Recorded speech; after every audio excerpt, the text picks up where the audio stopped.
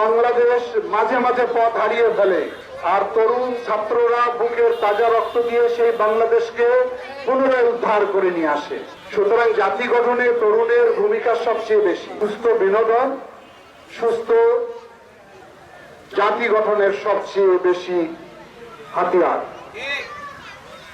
আমরা চেষ্টা করছি জুলাই অভ্যুত্থানের পরবর্তী সময়গুলোতে যে অপশাসন দুঃশাসনের ঘোরে বাংলাদেশ হারিয়ে গিয়েছিল তার সক্রিয়তা, যে স্বাধীনতার চেতনা নিয়ে বাংলাদেশের বীর সেনানীরা বীর মুক্তিযোদ্ধার অস্ত্র হাতে নিয়েছিল, সেটা আমরা হারিয়ে গিয়েছিলাম।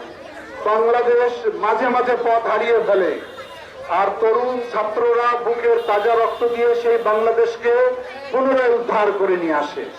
সুতরাং জাতি গঠনে তরুণের ভূমিকা সবচেয়ে বেশি।